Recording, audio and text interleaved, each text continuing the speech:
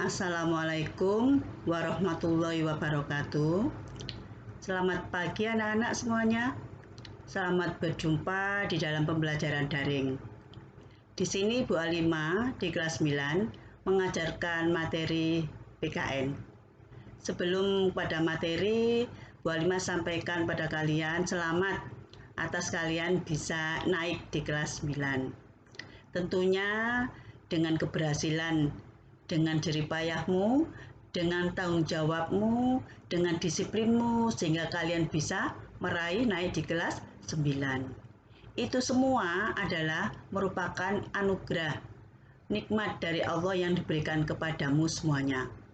Patut kalian syukuri rasa nikmat itu dengan cara yaitu semakin kita tingkatkan belajarmu, semakin ditingkatkan disiplinnya, mengikuti pembelajaran, dan bisa mengumpulkan pelatihan ataupun tugas dengan tepat waktu.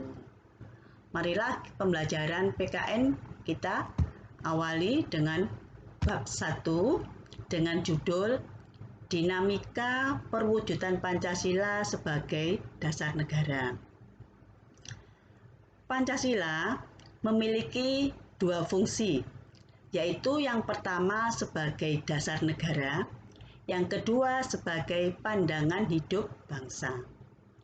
Pengertian Pancasila sebagai dasar negara adalah Pancasila digunakan sebagai landasan atau pedoman di dalam menyelenggarakan pemerintahan di negara Indonesia. Pengertian Pancasila sebagai pandangan hidup bangsa artinya bahwasanya perilaku kita dalam kehidupan sehari-hari harus mencerminkan, harus mewujudkan nilai-nilai yang terkandung di dalam Pancasila dari nilai 1 sampai sila ke-5, baik di lingkungan keluarga, di lingkungan masyarakat, di lingkungan bangsa dan negara.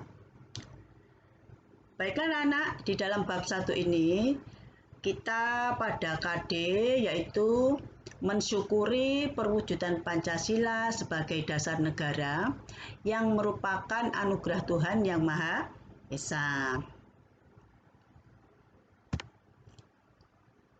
Di dalam sub A yaitu penerapan Pancasila dari masa ke masa. Pada masa awal kemerdekaan Indonesia, yaitu di tahun 1945 sampai tahun 1950, Pancasila banyak mendapat tantangan baik dari dalam negeri maupun di dalam luar negeri. Yang dari luar negeri seperti halnya Belanda.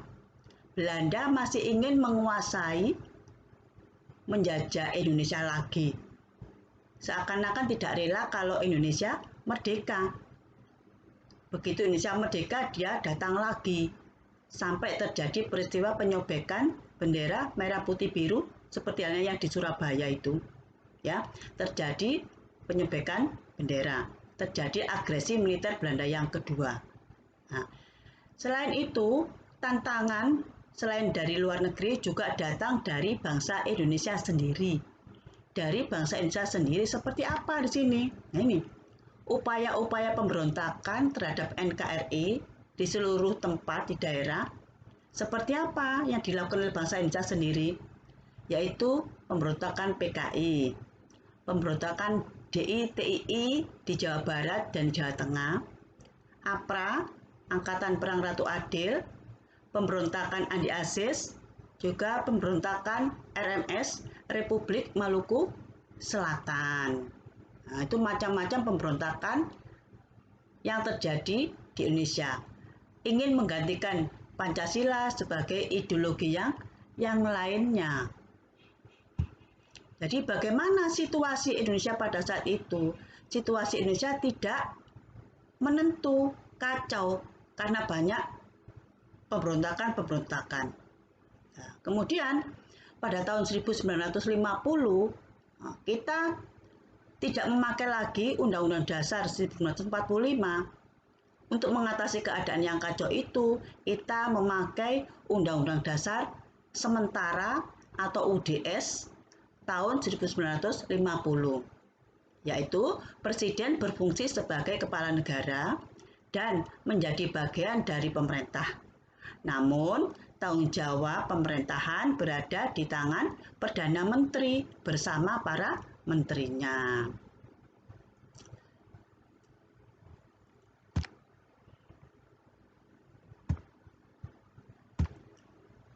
Penerapan Pancasila pada periode tahun 1950 sampai tahun 1959 cenderung diarahkan sebagai ideologi liberal, yaitu paham kebebasan. Hal ini ternyata tidak menjamin stabilitas pemerintahan, karena kebebasan itu tidak sesuai dengan jiwa-jiwa bangsa Indonesia. Semakin kacaulah Indonesia, sehingga sampai memuncak keluarlah dekret presiden pada tanggal 5 Juli tahun 1959 yang isinya antara lain kita kembali lagi kepada Undang-Undang Dasar 1945. Setelah Indonesia merdeka, kita mengadakan pemilihan umum yang pertama, yaitu tepatnya pada tanggal 29 September tahun 1955. Terpilih 272 wakil rakyat sebagai anggota DPR. Pemilu ini juga berhasil memilih anggota lembaga konstituante yang berjumlah 550 orang. Untuk KD1 anak-anak sampai di sini dulu penjelasan saya.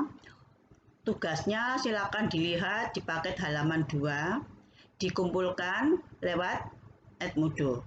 Saya akhiri sampai di sini dulu. Wassalamualaikum warahmatullahi wabarakatuh.